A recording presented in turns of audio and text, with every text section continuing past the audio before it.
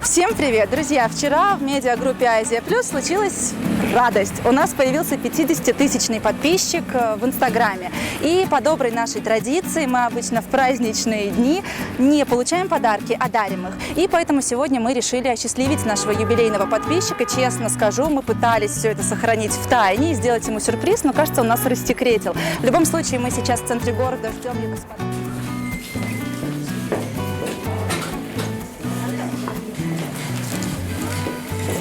Здрасте.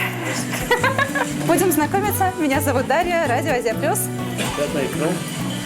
Икром, я думаю, что вы уже знаете, для чего мы вас пригласили сюда. Вы вчера подписались на одну очень интересную страницу в Инстаграме, если помните, на кого именно? Мы вас хотим поздравить с тем, что вы стали нашим юбилейным подписчиком, 50-тысячным. Эти цветы вам. Спасибо. И более того, вам мы вручаем смартфон от медиагруппы Азия Плюс. Спасибо. Спасибо вам большое. Вам спасибо. Неожиданный подарок, неожиданно, что я мог бы стать таким юбилейным участником. Это очень приятно.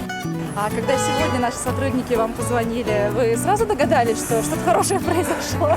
Нет, я думал, это какой-то очередной розыгрыш, когда мне говорят.